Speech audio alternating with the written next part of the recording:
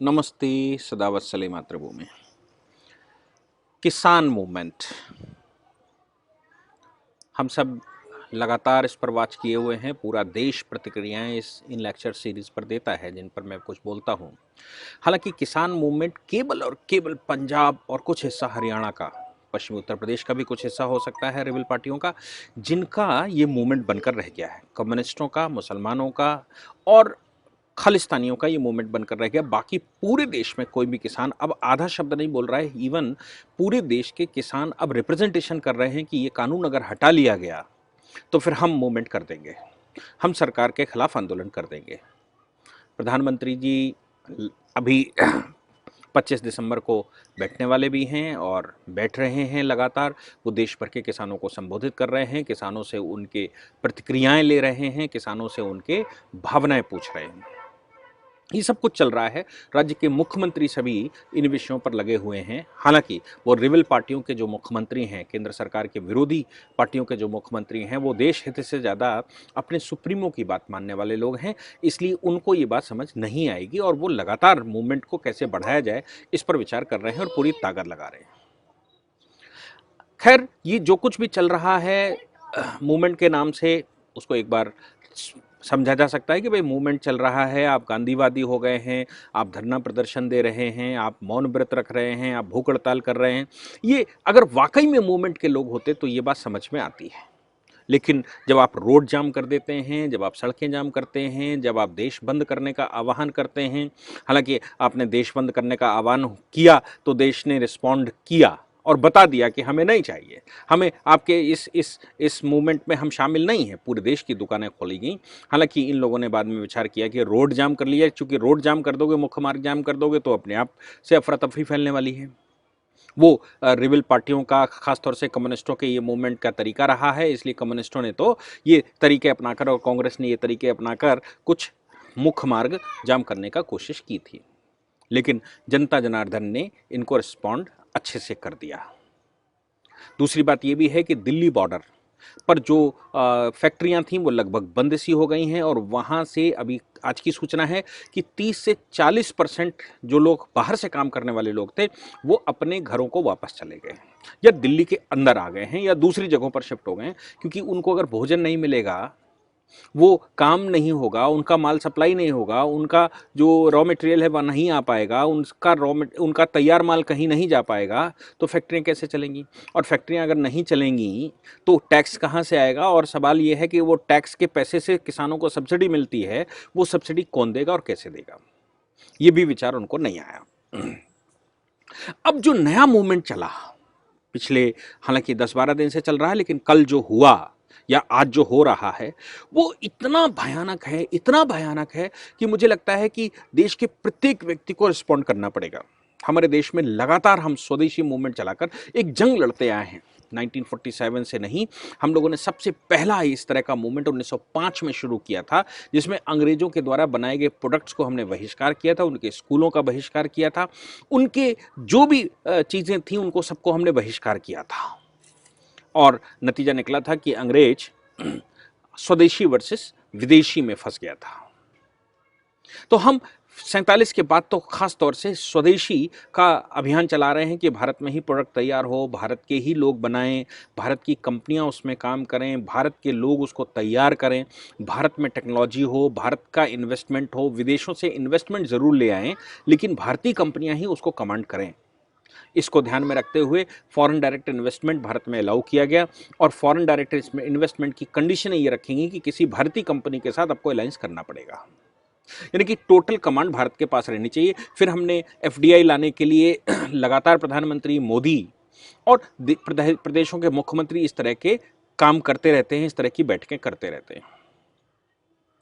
ये हम अपने देश को समृद्ध कैसे बनाएं? अगर फॉरेन इन्वेस्टमेंट भारत में आ जाएगा, विदेशी पैसा भारत में आ जाएगा, फैक्ट्री भारत में लगी, तो भारत के लोगों को कारीगरी आएगी, भारत में ही एम्प्लॉयमेंट जनरेट होगा, भारत के लोगों को जानकारियां मिलेंगी और भारत के लोगों को जब जब टेक्निकली वो डेवलप हो जाएंगे तो वो कंपनियां फिर आप वापस भी भेज सकते हैं और भारत में अपनी बयार चल जाएगी।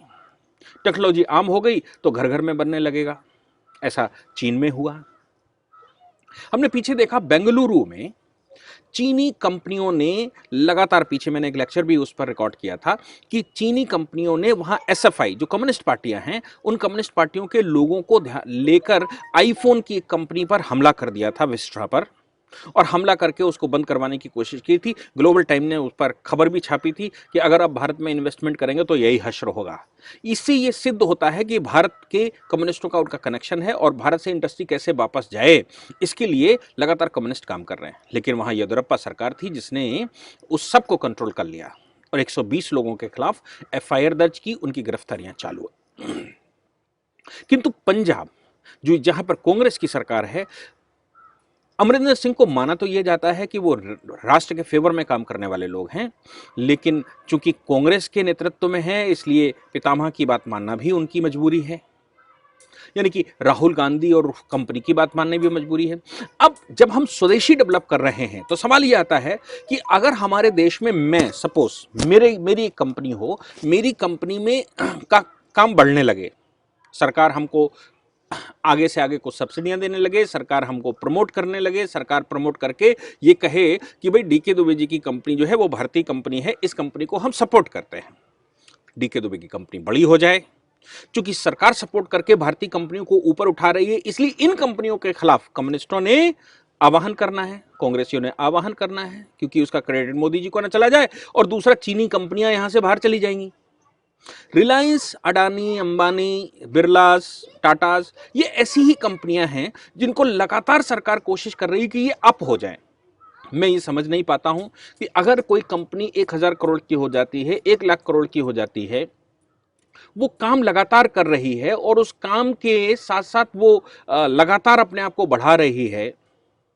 हम सब जानते हैं कि फोन की कीमत क्या हुआ करती थी, और धीरे धीरे करके जब जियो उतरकर मार्केट में आया, या पहले रिलायंस उतरकर मार्केट में आया था 2001-2 में, तो सुलभ साधन बन गए थे और फोन्स को प्रमोट करने के लिए उस समय वाजपेयी सरकार ने पूरी ताकत लगाई थी।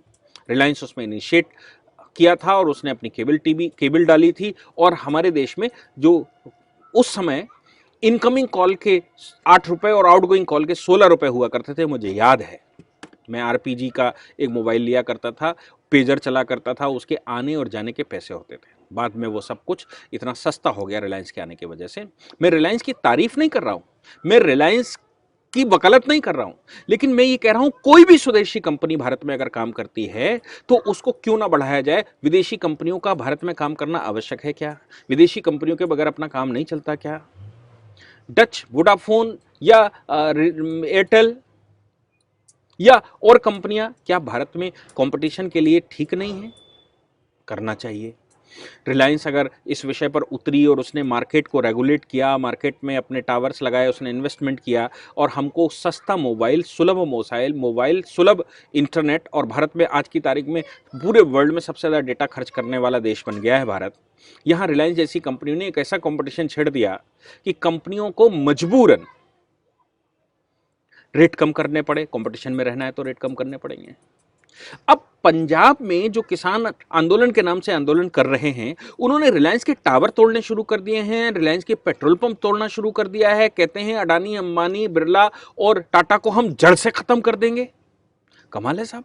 एक तरफ तो हम ये सोच रहे हैं कि किस तरह भारतीय कंपनियां आगे आए।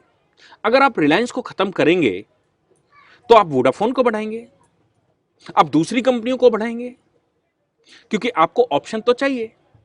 फैसिलिटी कौन देगा? रिलायंस, ये कंपनियां होती हैं। मुझे लगता है यही ध्यान में रखते हुए लक्ष्मी निवास मित्तल ने भारत में इन्वेस्टमेंट नहीं किया।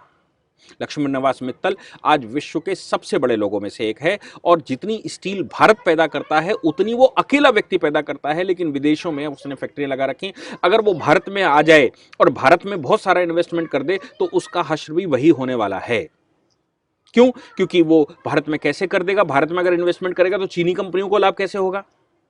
चीनी कंपनियों को आउट जाना पड़ेगा। चीनी कंपनियों को आउट जाना पड़ेगा, चीनी कंपनियां अगर बाहर चली जाएंगी तो भारत में जो जो कम्युनिस्ट हैं उनकी फंडिंग कैसे होगी? उनको फंड कौन करेगा? वो डिस्टर्बेंस जो भारत में करना चाहते हैं वो कैसे डिस्टर्ब होगा भारत? ये सब चीजें विचारणीय हैं। इसलिए ये जो अब तथाकथित रूप से किसान मूवमेंट के नाम से आप भारतीय कंपनियों को उखाड़ने की कोशिश कर रहे हैं, तो पहली बात तो ये है कि भारतीय कंपनियां अपने आप को यहां से ले जाकर कहीं दूसरे देशों में बसा लेंगी, क्योंकि हर कंट्री को अपने यहाँ इन्वेस्टमेंट चाहिए। रिलायंस अगर अपना सब सामान यहाँ से समेटने लगे तो विश्व के ऐसे कितने ही कंट्री हैं जो कहते हैं हमारे यहाँ आइए और इन्वेस्टमेंट करिए, जैसे हम दुनिया भर से कहते हैं हमारे यहाँ आइए इन्वेस्टमेंट करिए। तो अडानी, अंबानी, टाटा, बिरले अगर ये भारत से चले जाएंगे तो इनका लॉस नहीं होने वाला, लॉस हमारे देश का होने वाला है। इसलिए भारत सरकार लगातार कोशिश ये करती है कि हमारी कंपनियां बढ़ें। हम और कंपनियां, कॉर्पोरेट सेक्टर में आपने देखा होगा, एमएसएमई सेक्टर में कितना पैसा डाल दिया गया। कंपनी रजिस्टर करने के लिए अब 2 दिन का समय दिया जाता है। सरकार लगातार प्रमोट कर रही है। शुरू में कंपनियां स्टैब्लिश करते समय उनके टैक्स की रिबेट दे रही है कि भारतीय कंपनियां उठकर सामने आए, भारत में इंटरप्रेन्योर्स पैदा हों, भारत के इंटरप्रेन्योर्स विश्व में जाकर काम करें ताकि भारत की इकोनॉमी वो संवार सकें। और विदेशी कंपनियां जो भारत में मजबूरन पैसा हम लगवाते हैं, वो जो प्रॉफिट लेकर जाती हैं, वो भी प्रॉफिट भारत में रोका जा सके। लेकिन चूंकि इनको ये वो बर्दाश्त नहीं होगा, इनको वो चाहिए नहीं है, ये उसको बर्दाश्त कर नहीं सकते, क्योंकि भारत जितना गिरा हुआ होगा उतनी चाइनीज कंपनी भारत में आएंगी। जैसे हमने देखा कि मोबाइल इलेक्ट्रॉनिक के मामले में हम अभी तक 2014 से पहले तक पूर्ण रूप से चाइना पर निर्भर थे। आज विश्व की सबसे बड़ी कंपनियां, चाहे वो आईफोन की कंपनी हो, एप्पल की कंपनियां हैं, या वो सैमसंग ने सबसे बड़ा प्लांट लगाया, ऐसे सैकड़ों, एक डेटा के अनुसार 300 से 400 कंपनियां भारत में ऐसी हैं। और टाटा ने तो अलग से एक घोषणा कर दी कि हम उनके वो पार्ट्स बनाएंगे जो पार्ट्स भारत में इंपोर्ट होते हैं, जो चीन, केवल चीन बनाता है, हम वो पार्ट्स बनाकर इन सारी कंपनियों को सप्लाई करेंगे। ऐसा 5,000 से 10,000 करोड़ रुपया टाटा ने लगाया। अब इन कंपनियों को अगर आप इस मूवमेंट के नाम से उखाड़ कर फेंकेंगे तो कल को आपकी फसल का क्या होने वाला है? आप गरीब और गरीब ही रहने वाले हैं, क्योंकि आपका प्रॉफिट तो विदेशों में जाने वाला है। तो आप कमाएंगे क्या? आप केवल लेबर क्लास बनकर रह जाएंगे। भारत केवल लेबर क्लास बनकर रह जाएगा। कोई भी आएगा और भारत से काम करवाएगा और पैसा लेकर चला जाएगा। भारतीय कंपनियां उभरने नहीं देंगे हम, भारत में इन्वेस्टमेंट आने नहीं देंगे हम, भारतीय कंपनियों को खड़ा नहीं होने देंगे हम। ये वाकई में किसान मूवमेंट है जो देश का नुकसान कर रहा है, या फिर ये कम्युनिस्ट मूवमेंट है? और मैं कम्युनिस्ट मूवमेंट ना कहूं, ये कम्युनिस्ट मूवमेंट तो नहीं है कहीं, जो कमीने इकट्ठे हो गए हैं और तथाकथित हमारे थोड़े से किसान उनके बरगलाने में आ गए हैं, और इन कम्युनिस्ट की वजह से हमारे देश में पूरा का पूरा डिस्टर्बेंस चल रहा है। आपको लगता है कि आप आज रिलायंस के टावर उखाड़ेंगे, कल एयरटेल के टावर उखाड़ेंगे, परसों आप बीएसएनएल के टावर उखाड़ेंगे। आपको याद होगा कि जम्मू कश्मीर में अलगाववादी क्या करते थे? बीएसएनएल के टावर उखाड़ते थे। बीएसएनएल के टावर उखाड़ने से उनका मतलब यह है कि विदेशी कंपनी आएगी, इन्वेस्टमेंट करेगी। देश का नुकसान कितना कर सकते हैं? क्या वैसे अलगाववादी रास्ते पर चल पड़ा है पंजाब? क्या ये तथाकथित किसान मूवमेंट वैसा ही चल पड़ा है कि आप टावर उखाड़ कर फेंकेंगे और विदेशी कंपनियों को, आप फोन तो इस्तेमाल करेंगे तो विदेशी कंपनियों के फोन इस्तेमाल करेंगे? भारत सरकार से मैं आह्वान करता हूं कि पंजाब के जिन जिन जगहों पर इस प्रकार के टावर उखाड़े गए हैं, वहां पर मोबाइल सर्विस ही बंद कर देनी चाहिए, क्योंकि ये योग्य नहीं है कि इनको मोबाइल दिया जाए, क्योंकि ये इन कंपनियों को उखाड़कर विदेशी कंपनियों को वहां इनवाइट करना चाहते हैं। वोडाफोन ने वहां पर अपने कैंप लगा दिए हैं, एयरटेल ने अपने कैंप लगा दिए हैं। मैं नहीं कहता कि एयरटेल वोडाफोन नहीं होना चाहिए, होना चाहिए, लेकिन आप भारतीय कंपनियों को उखाड़ेंगे तो फिर बहुत गलत होगा, क्योंकि जियो प्योर भारतीय कंपनी है। उसमें इन्वेस्टमेंट भी अगर थोड़ा बहुत होगा किसी का तो होगा, मैं नहीं बता सकता, लेकिन वोडाफोन, एयरटेल में तो इन्वेस्टमेंट खूब सारे हैं। मैं एयरटेल को बुरा नहीं कह रहा हूं, इस्तेमाल करना चाहिए, लेकिन भैया भारतीय कंपनियों को बढ़ाने के बजाय अगर तोड़ेंगे तो आप भारतीय किसान तो नहीं हो सकते। आप कहते हैं हम अन्नदाता हैं, अन्नदाता कभी ऐसा नहीं हो सकता जो दूसरे का निवाला छीने। दूसरे का निवाला छीनने वाला अन्नदाता नहीं, राक्षस होता। राक्षस के अलावा वो कुछ नहीं हो सकता। रावण भी अपने लोगों को भोजन करवाता था, लेकिन राक्षसी प्रवृत्ति का था, इसलिए उसका संहार करना पड़ा। आज मैं आह्वान करता हूं कि जिन जिन जगहों पर, जिन जिन जिलों में, चाहे वो गुरदासपुर रहा हो, चाहे वो अमृतसर के कुछ एरिया रहे हों, चाहे वो और दूसरी जगह रही हों, वहाँ सब जगह पर आप बंद कर दीजिए। जैसे बीएसएनएल के टावर उखाड़े गए थे जम्मू कश्मीर में, तो भारत सरकार ने वहाँ मोबाइल सर्विस ही बंद कर दी। क्यों नहीं बंद कर देते? उनको बंद करिए और एहसास दिलाइए कि टावर उखाड़ेंगे तो आपको मोबाइल की आवश्यकता नहीं है। आप रिलायंस के पेट्रोल पंप पर उखाड़ेंगे तो आपके एरिया में पेट्रोल ही नहीं भेजा जाएगा। पेट्रोल पंप उखाड़ना, पेट्रोल पंपों में आग लगाने की कोशिश करना, ये किसानों के काम नहीं है। किसान अन्नदाता अगर आप कहते हो तो फ्री में अन्न नहीं दे रहा है। मैं किसान का बेटा हूं, मैं फसल बेचता हूं तो पूरा धन लेता हूं। हाँ, मेरी बदहाली का जो कारण है उसको दूर करने की आवश्यकता है, जो केंद्र सरकार दूर करने की कोशिश कर रही है। लेकिन बिचौलिए बहुत परेशान हैं। बिचौलियों का कोई लाभ इसमें होने वाला नहीं है। इसलिए मैं आह्वान करता हूं देश को कि जिस इस प्रकार के कार्य करने वाले लोगों को उचित जवाब देना ही एक रास्ता है और सबको देना चाहिए। Thank you very much.